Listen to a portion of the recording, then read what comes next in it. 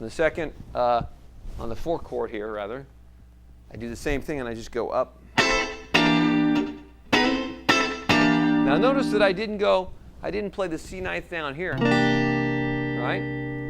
I suppose I could have, but once again in a blues situation, sometimes it's really good to just keep the exact parallel motion between the 1 and the 4 chord, meaning that you play the same thing up a 4th and use the exact same voicing between the two, so it's real consistent. Okay? We'll get into this chord in a minute, but let's right now just play like that. You'll be good. Okay? And we're going to combine another part with this in a minute, but let's hear how this part sounds first. Here we go. 1, 2, 3, 4.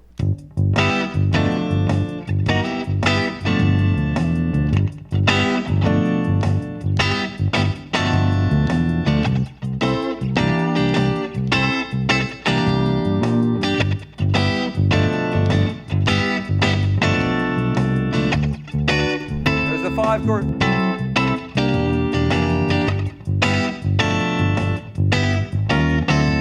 Okay, there's where I use the 9th chord right there. Check it out. At the very end, when I played G ninth, I used this 9th chord right here to set up the 5 chord on the very end for the turnaround.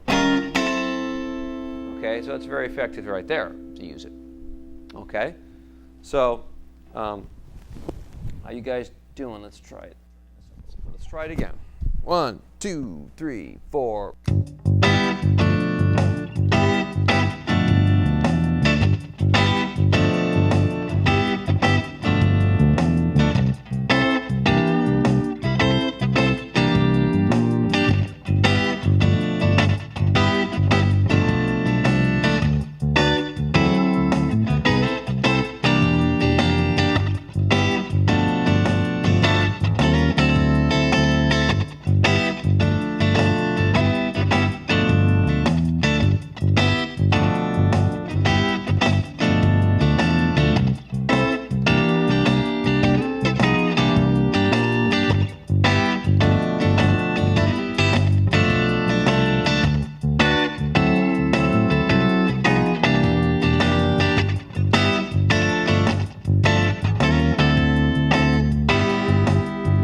Okay, so I'm keeping it real strict because I want you to be able to follow along with me by looking at the chart here.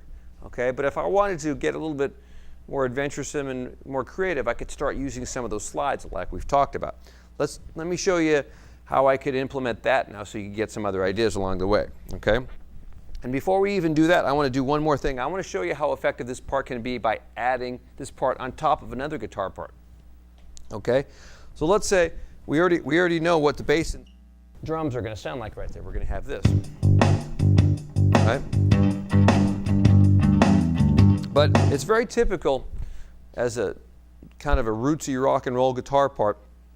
A lot of guitar players from Chuck Berry to Jimi Hendrix to just about anybody you can mention always played or had guitar parts that had a lot of that rock and roll root fifth kind of sound like this.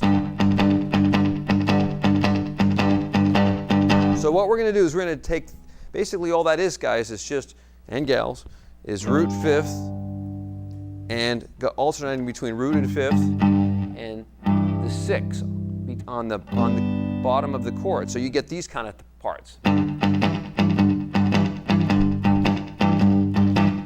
Right? So this isn't a full chord by any means, but it's good to hold the bottom end together. Okay, so we're going to use this part before we add the 6th part on top. So I'm going to play that first. So I'm going to use this on the G chord.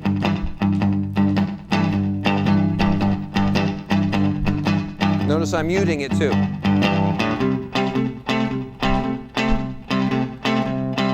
And I just went up to the 4 chord right here. Instead of going, I could have done that, same thing, but I did it here. On the C chord. On the D chord. C chord.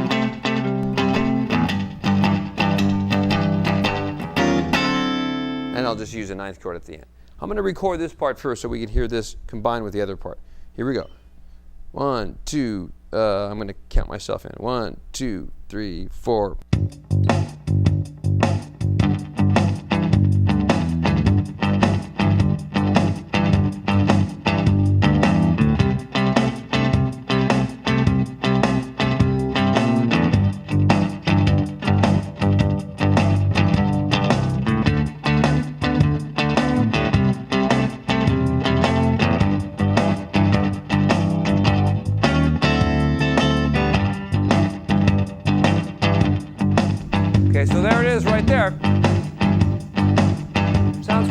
right? It's recorded. Kind of helps out the bass guitar, right?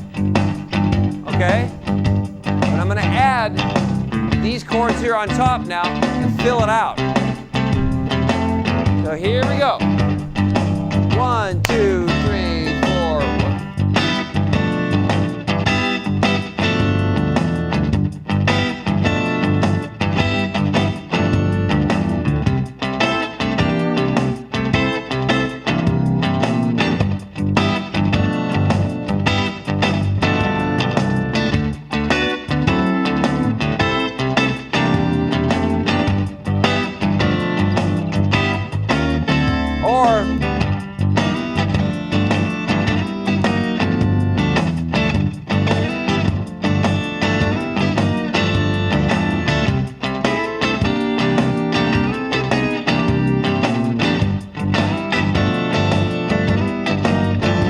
Now.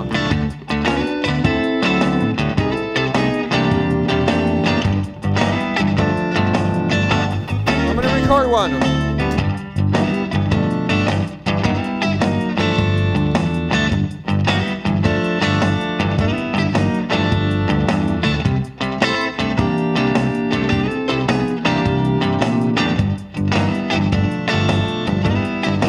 You're playing along, right?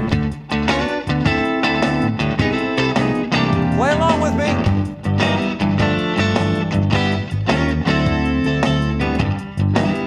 All right, now, see how good that fits together? Sounds pretty good, huh? Sounds pretty good, doesn't it sound pretty good? I'm gonna jam on it.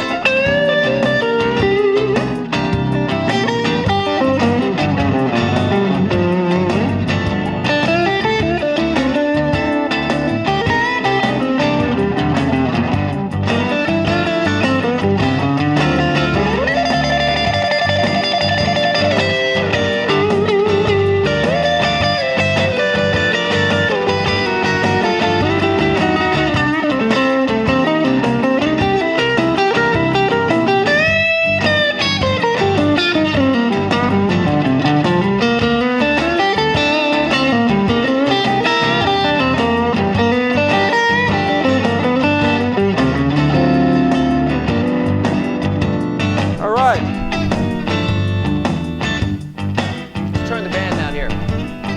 All right, I'll see you in the next lesson. That was a lot of fun. Hope you had some good stuff there. You learned some stuff, and we'll carry on with some more ninth chords and add that to our blues in the next lesson. All right, this is Dave Hill signing off. I'll talk to you soon. Take it easy. Bye.